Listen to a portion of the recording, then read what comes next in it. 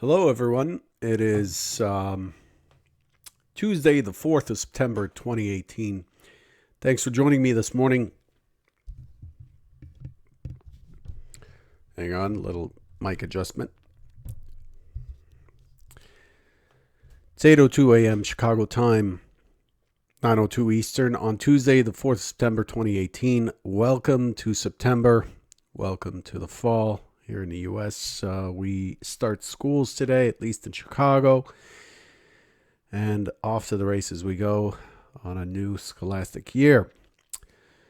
Derivatives trading involves substantial risk of loss and is not suitable for all investors. Past performance is not necessarily indicative of future results. This morning, we see that we are basically red across the board except for crude oil. Crude oil is up $1.30 or 1.86%, trading at 71.10 on the October contract.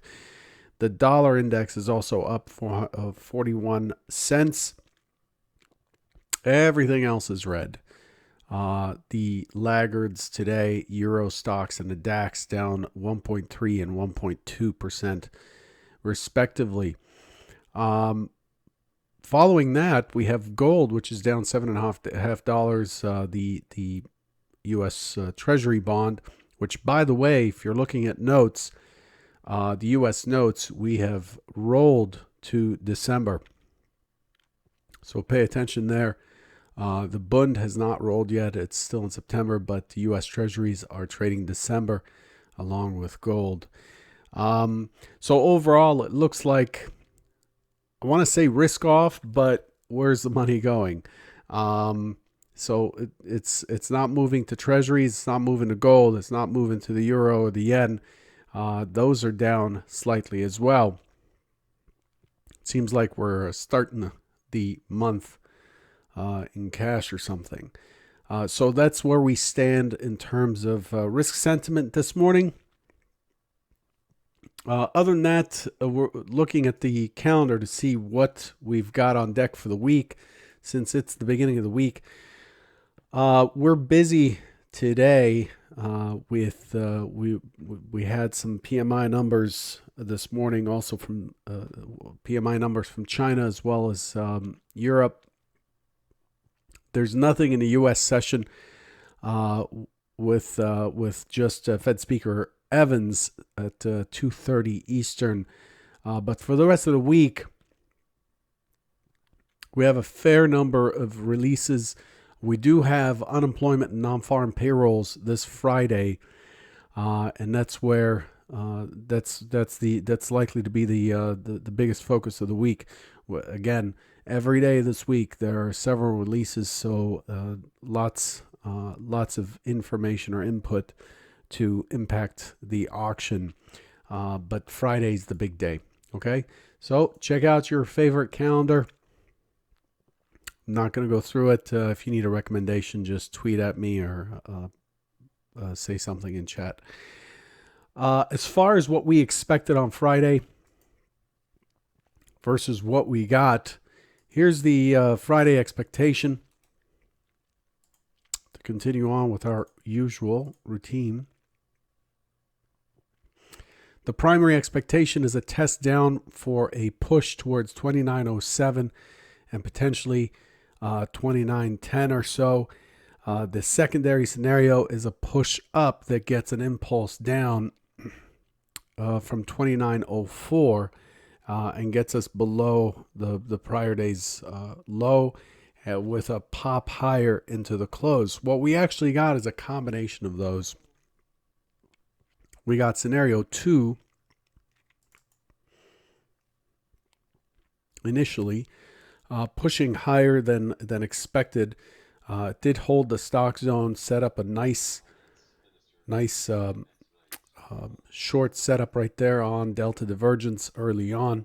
We saw the same down here.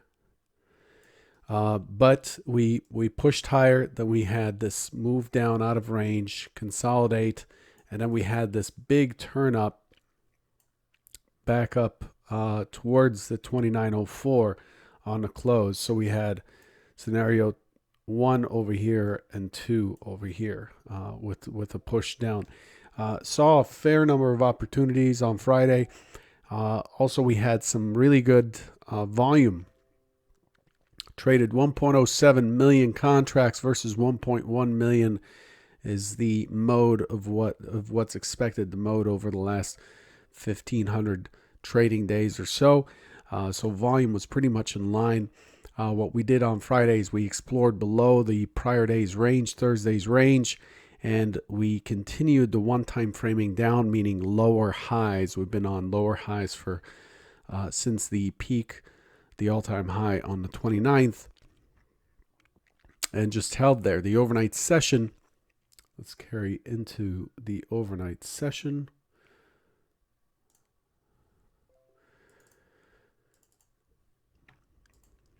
The overnight session opened. I've eliminated the holiday data. I always do. The overnight session starts out at 2907.75. The prior high is 2907.50. We test down, up, and then we get into this big sell-off trend with the European market. The European market opened somewhere in here, and from there on out, boom, just sell, sell, sell, sell, sell. We have what looks like a trend profile overnight. The volume's higher than the mode of volumes, and it seems to be trending down with the point of control shifting down. About 15 minutes ago, it was up here somewhere. It was up here and it shifted down, and we're back to where the high volume is on Friday. So if we look at Friday's profile, in fact, let's clean this up, eliminate everything, and look at Friday's profile. We have volume down here, and then this overnight shift. The overnight trade is also has shifted the volume down, the point of control down to that lower end of the range. We have basically a double bottom with Friday's low. This looks like a weak low now coming into today. So the overnight session is screaming weakness coming into this session. Okay. So that's how things are looking overall. Looking at the bigger picture, let's pull up our composite.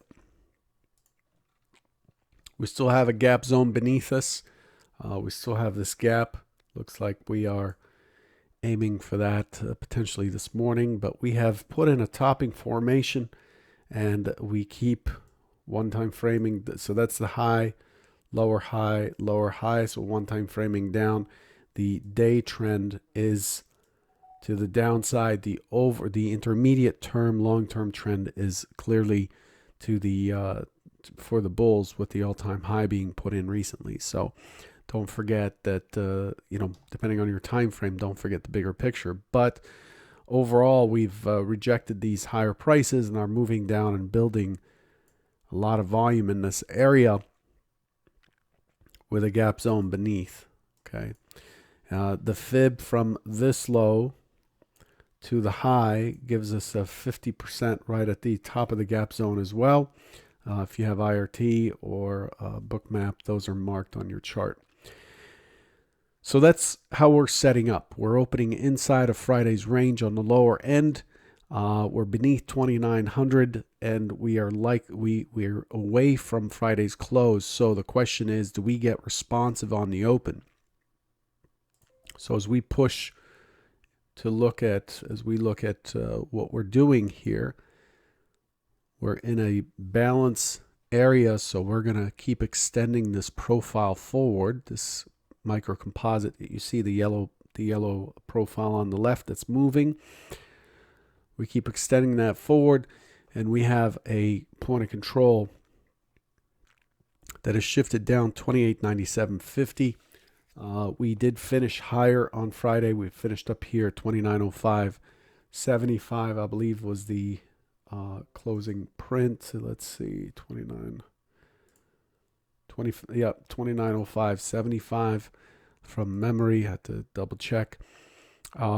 and we are trading beneath that point of control. So, and we have challenged this 28.9175 with the overnight low. So to me, it looks like the most likely scenario for today is likely to be responsive initially with failure and then continuation lower. So I'm looking for an open auction as we open around this MC point of control, a push higher that fails, an impulse down, and the overnight low is likely to be taken out to give us the to fulfill the overnight stat, which is not necessarily